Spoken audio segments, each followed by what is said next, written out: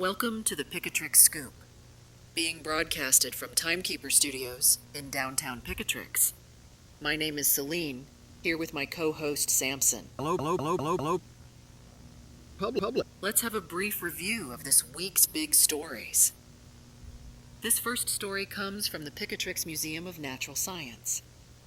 A favorite destination for the local populace, this museum has been beloved for its inspiring and enlightening exhibits. Until recently. Unfortunately, a shocking discovery has been made. A local skeptical scientist was browsing the museum's extensive dinosaur fossil haul, and according to him, what the museum heads call genuine fossil remains are nothing but fakes. Frederick Drone of Northern Pickatrix, using his extensive knowledge in paleontological research, set out to prove to society that not only the museum's bones are fake, but that dinosaurs are no more than a grand hoax. He challenged the Pickatrix Museum's curators and paleontologists publicly, resulting in an extensive debate and testing process. These tests proved the extensive collection of complete dinosaur remains are indeed fakes, not a single specimen to be authentic. We here at The Scoop would like to apologize to any young dinosaur lovers watching today. The truth is, dinosaurs never lived. A strange phenomenon was filmed in the skies of Pickatrix just last week. You may be aware of the happening if you personally viewed it, but many are still unaware.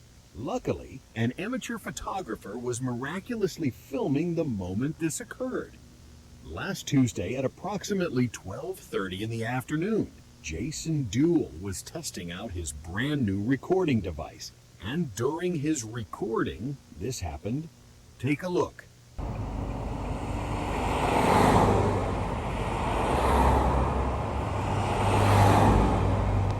As you can see, as he was recording the sun, the sky inexplicably darkened as if a switch was flipped and it was suddenly nighttime. But as quickly as the sky blackened, it flipped back to daylight. Scientists are absolutely baffled by the happening. There is yet to be a shred of a theory as to how the sky darkened as the sun appeared to still shine. Astronomers are, however, confident that nothing peculiar happened to the sun, it looking perfectly normal at the moment of the occurrence, and there is no cause for concern that they can detect. Conspiracy theorists are buzzing, suggesting that somehow this occurrence proves the sun can't be the source of the light in the sky, despite simple science saying it obviously does. All we do know is that something very odd occurred on Tuesday. Keep your eyes to the skies. In national scientific news, a recent study has been done focusing on research about the mind, bringing into the public eye a powerful phenomenon. Oxytocin, or the love hormone, is making headlines. Oxytocin is a substance released in the brain, is the key driving factor for affection, attachment, and many other social emotional responses. Neurologist and hermetic Christopher James was fascinated with this hormone. He posits that it is a much more recent development in the brain than scientists originally posited. When someone hugs, kisses, or even looks deeply into another's eyes, this hormone is released. This is the culprit for fondness and love, whether it's a pet, an object, or a loved one. So James Wood devised a clinical study to push this hormone, or in James Wood's word, energy, to the limit. He believes oxytocin, along with all the brain's phenomenon, are not hormones, but a physical, tangible essence. In his study, 3 20-year-old females and males who were single lived in a facility for 6 weeks. In this facility, each person was given their own room, where they would spend the entirety of the 6-week term, these rooms being video monitored at all times. Oddly, in these rooms contained 6 separate person analogs made of various materials. These dolls, or simulate partners, as Jameswood says, were made to the 6 people's specifications for ideal partners. Not only were these dolls appealing to the subject's eyes, they also had realistic sexual organs capable of intimacy as per the person's will. Having been given no specific instructions, each person was to live with their analog partner for the whole term, being interviewed at each week's end.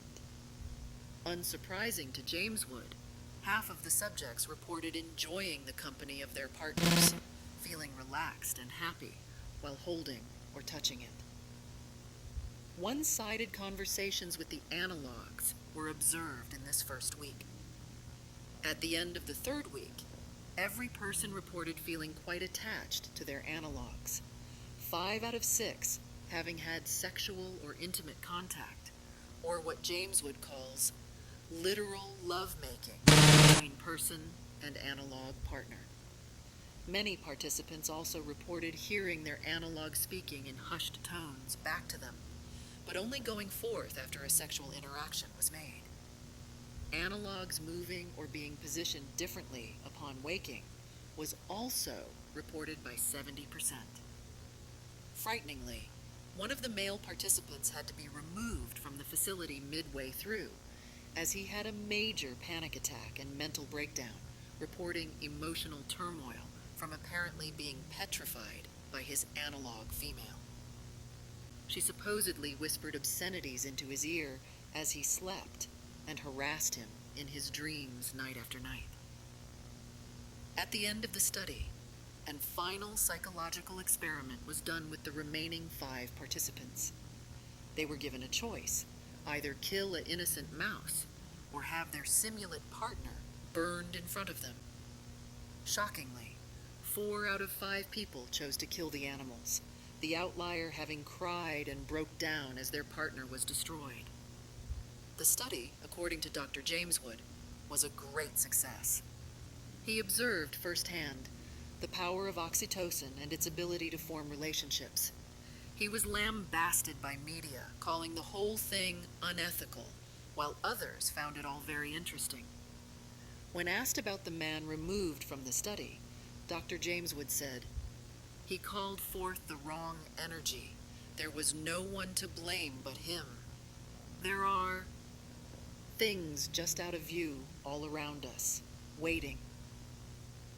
The doctor is also exploring the implications of a prolonged lack of oxytocin release in the brain and its connection to psychopathy and other mental disturbances. Interesting. In lighter news, due to the growing desire from Pickatrix residents for a more vibrant and colorful town, the City Council has given the go-ahead for all streets' main roads to be painted vibrant colors. The colors will be voted upon by the immediate residents living on said roads. Yesterday, the first official street to be colored, Andrew Street, was voted to be painted purple, leaving everyone there overjoyed, as they believed the standard gray asphalt beforehand was dreary, and contributed to their existential dread as they commuted to work every morning. These newly developed street paints were concocted by a very motivated Pickatrix resident to not fade, be resistant to oils, and stay vibrant for years to come. Production of this easy-to-manufacture paint has contributed very well to the local economy, helping minimize the terrible unemployment issue Pickatrix has been experiencing for 1,000 years. The new company, the Pickatrix Colors, has begun and is actively seeking employees. If you would like to either apply or vote for your street's new color, visit www.pickatrix.com. We apologize for the technical challenges. A person has been being spotted in several areas in downtown Pickatrix recently. A man has been reported standing perfectly still as he watches people from a distance. This male, described as very off-putting, is always seen holding multiple pairs of sunglasses in each hand as he stares motionless. As some frustrated folks have attempted to confront or approach the man, they say he darts out of sight with speed, unable to be found.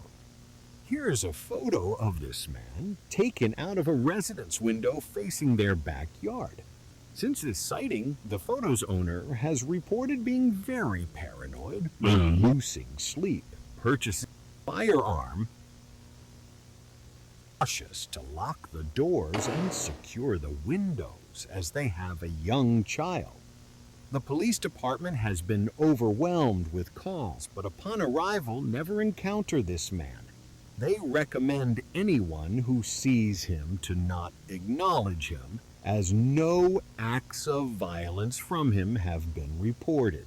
So if you see him, just pretend he's not there.